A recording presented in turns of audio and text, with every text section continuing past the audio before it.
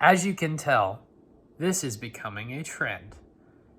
I am filming videos months prior to me actually editing them. I am so sorry. It's been a busy year. Haven't had a chance to sit down and actually edit some of these videos that I'm very passionate about, but hopefully that will change in the coming months. So, enjoy. Hey friends, family, followers, and subscribers. Thanks for tuning in. I'm your fellow host, your Winchester brother, and your fellow man of letters, Bradford here to do my fourth and final part on my mini-series of my character examination on Rand Thor from the Wheel of Time.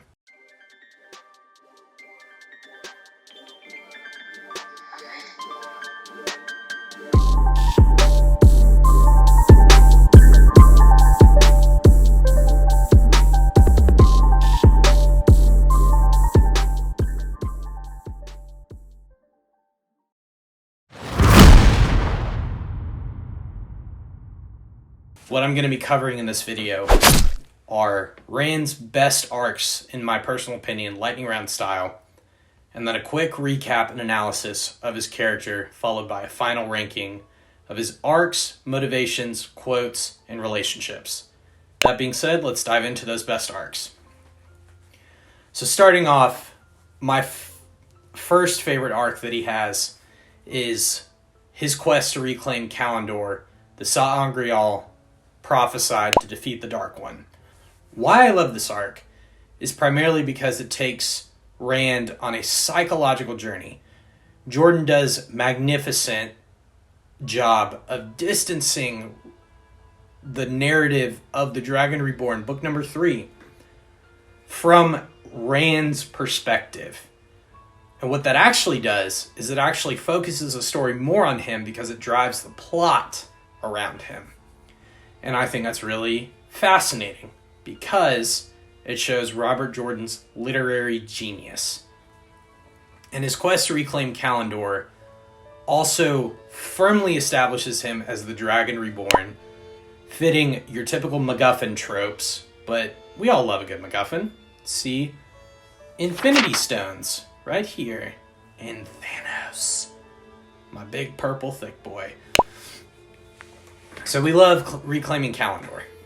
And that leads into my second favorite arc on this list.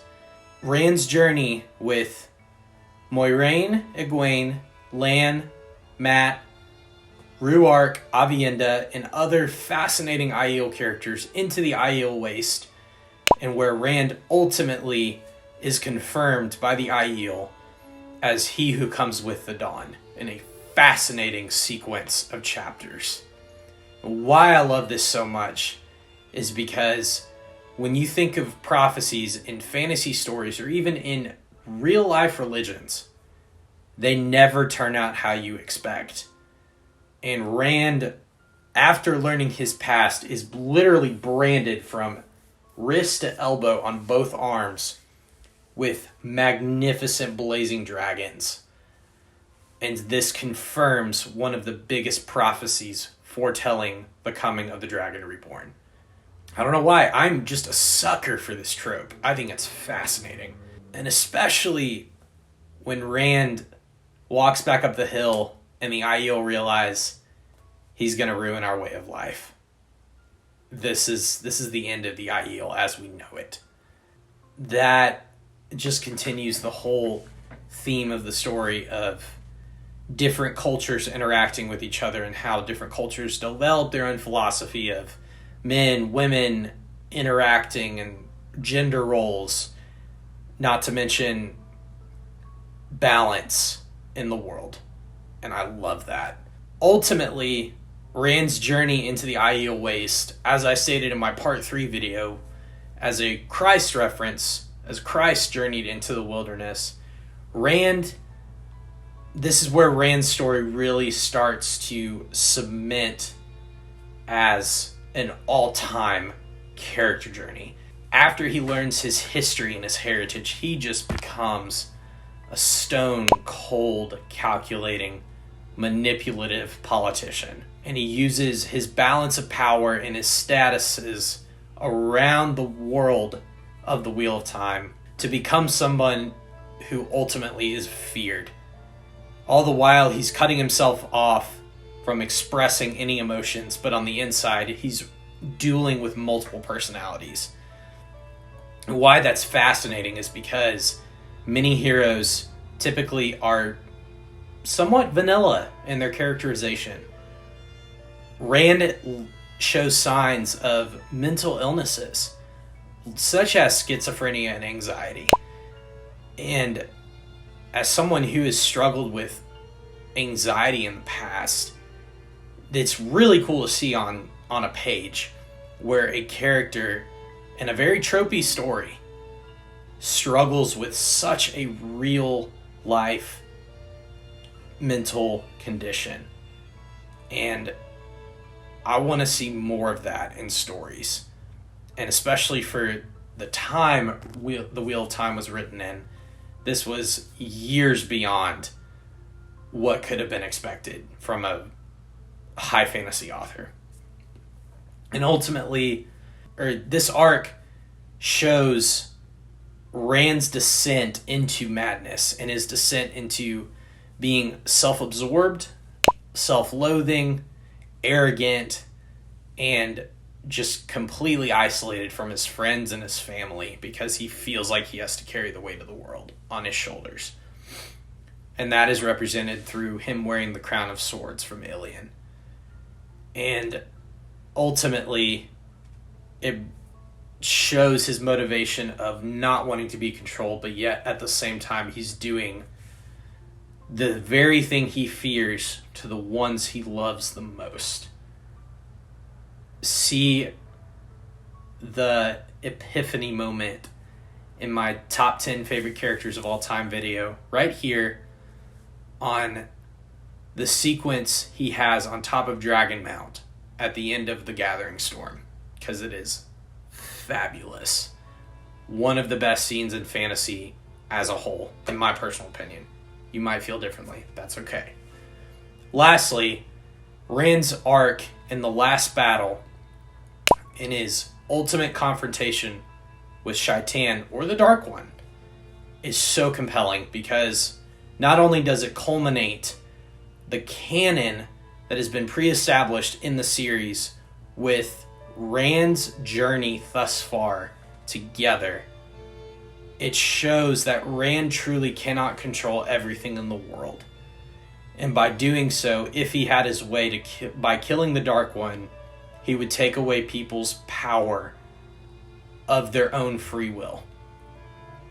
And in realizing he would become the thing he would fear the very most, the Dark One. And in the process, he realizes as the wheel turns and as things come back into being and are reincarnated, reinstated, ultimately the Dark One will succeed in his quest to destroy the world. But that is not for Rand to decide. And so he seals the Dark One in a perfect prison made from Kalindor, Saidin, Saidar, and the True Power, channeled both through himself, Nynaeve, and Moiraine. And this moment is beautiful because it exemplifies ultimate redemption for my guy, but also for the world and for the darkness within. And the way it ends the way the story ends is a wonderful subversion of the tropes pre-established in the series that we are expecting Rand to die. He does in a way. He just switches bodies with Moradin, his ultimate inverse. Next, here's my quick ratings and final ranking of Rand as a character on a scale from 1 to 10. His arcs sagged in the middle of the series, but overall the bookends were great. So he gets an 8 out of 10 on that. Motivations. He's motivated by wanting to control. He's motivated by manipulating. He's motivated by ambition. He's motivated by self-image. And those are all very human things. So for that, he gets a 10 out of 10. His quotes, as you've seen before, his quotes are fabulous. And thus, I think they really showcase his ultimate redemption and ultimate saving of all that he loves. And every time I read that speech of his to the Dark One, I get chills. It still gives me chills to think about. And that's why I give his quotes a 10 out of 10. The list would be ongoing and ongoing if I just kept reading it. And lastly, his relationships. With all the women, the fabulous women in his life, to the not so great women such as the Lyda and Lanfear and Mogadine and so many other Aes Sedai and Forsaken that are too long of a list to mention here. As well as his father, Tamal Thor, Mat, Perrin, Lan, so many characters that just shape Rand's ultimate outcome over the course of the series. I just give a 10 out of 10 because they are so well done. And so that in the end leads Rand's overall character analysis to be a 9.5 out of 10, which is a fantastic character, unforgettable in my mind, and just an ultimate star quarterback in the football game that is the fantasy genre. All that being said, I love Rand al'Thor. I encourage you to read the Wheel of Time series. If you don't, not a big deal. I'll just hunt you down. So as you may have noticed, this is a growing theme. My camera cut off again, but you've been warned. Read the Wheel of Time, or else, as the wheel turns and ages come and pass, you will be forgotten. Not really, but all that being said, I'm going to head back to the bunker now. So I wish everyone a happy, healthy, and hopeful week. Peace out.